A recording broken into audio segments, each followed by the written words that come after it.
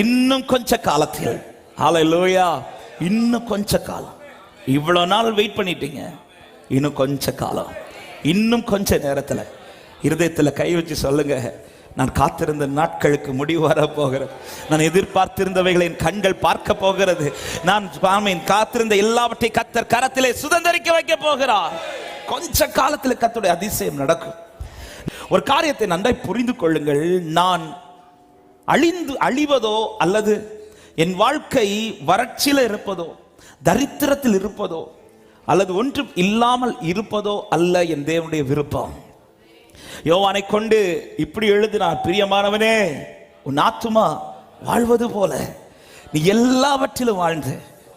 இதுதான் தேவனுடைய விருப்பம். அதனால்தான் சொல்ற, கொஞ்ச காலத்துல லீபனோனை நான் இன்னும் வறட்சியில விட மாட்டேன், லீபனோனை இன்னும் வெட்கத்துல விட மாட்டேன், லீபனோனை இன்னும் அழுகையில விட மாட்டேன், லீபனோனை இன்னும் தவிப்புல விட மாட்டேன், லீபனோனை இன்னும் தத்தளிப்புல விட மாட்டேன். இன்னும் கொஞ்ச காலத்தில் அல்லவோ லீபனோன் செழிக்கும். ஹல்லேலூயா. ஒரு தேவ பிள்ளைக்குள்ள இந்த நம்பிக்கை இருக்கணும். என் கர்த்தர் நான் வாழ்ந்திருப்பதை விரும்புகிறவர்.